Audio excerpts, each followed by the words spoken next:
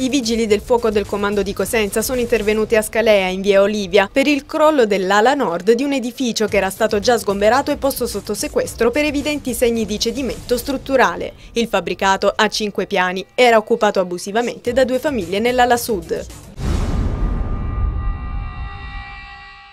In preda a un raptus, ha travolto e ucciso con l'auto la sorella che tentava di calmarlo. È successo ad Acquapesa, in provincia di Cosenza. Giuseppe Gerardi, 36 anni, noto alle forze dell'ordine, è stato arrestato dai carabinieri a Cetraro.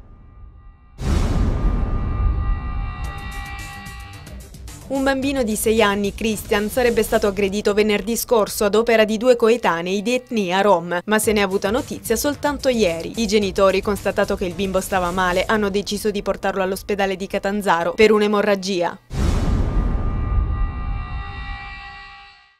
È atterrato oggi a Crotone il primo volo Meridiana proveniente da Verona. Un momento di crescita importante per il territorio e per l'aeroporto crotonesi. A darne la notizia sono i vertici della società di gestione Aeroporto Sant'Anna,